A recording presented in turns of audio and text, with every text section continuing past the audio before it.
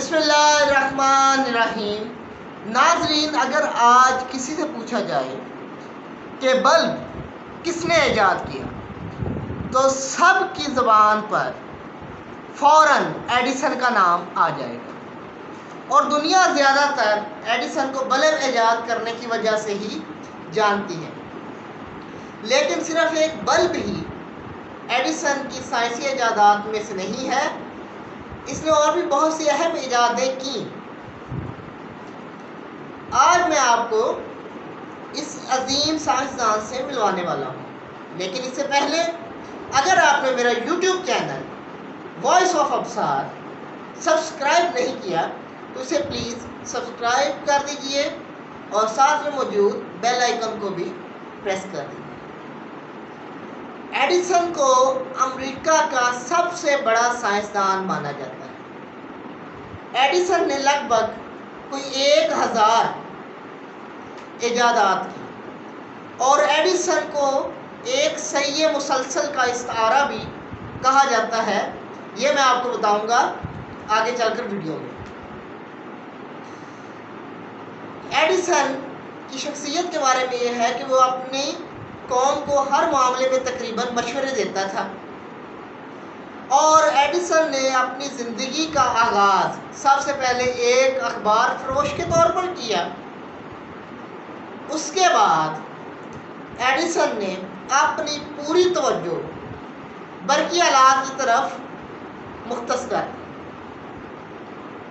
اور پھر وہ تار بابو بن کر بھی اطمینان حاصل نہ کر سکا، اور اس نے ایک آلہ ایجاد کیا جس میں تار بابو ایک سمجھ لیں آلہ ہے، اس کی مدد سے دونوں لائنوں پر پیغام پہنچایا جا سکتا ہے، یعنی کہ آپ فون کی اس کو ابتدائی شکل بھی کہہ سکتے ہیں، آلموسٹ۔ اس کے بعد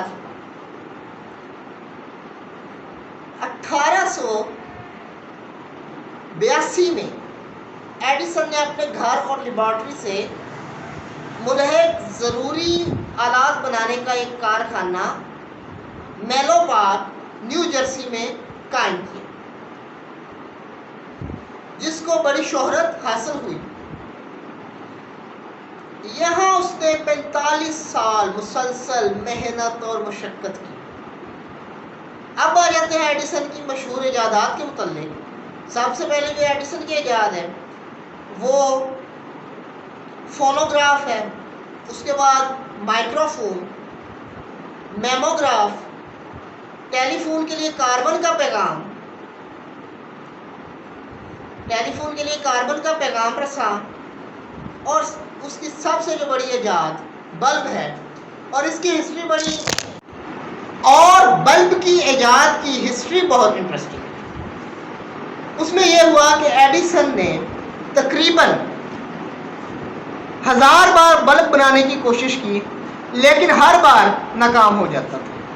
لیکن پھر بھی اس نے ہمت نہیں ہاری، اور اس نے بالآخر کافی سال کی کوشش کے بعد بلب بنا لیا، اور آج آپ دیکھتے ہیں یہ کتنی بڑی نعمت کے طور پر ہمارے سامنے آیا ہے۔ اس کے بعد ایڈیسن نے کینٹوسکوپ بنایا، جو کہ آگے ارتقاء کے مراحل سے گزرتے ہوئے آج سینما گھر کی شکل اختیار کر چکا ہے۔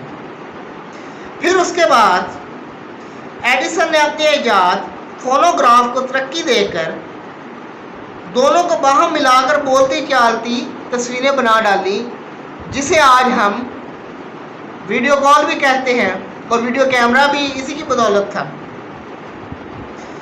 اس کے بعد نکل اور لوہے کی سٹوریج بیٹری بھی ایڈیسن ہی کی ایجاد ہے۔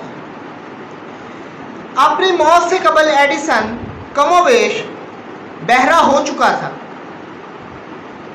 اور یہ دنیا کا عظیم سائنسدان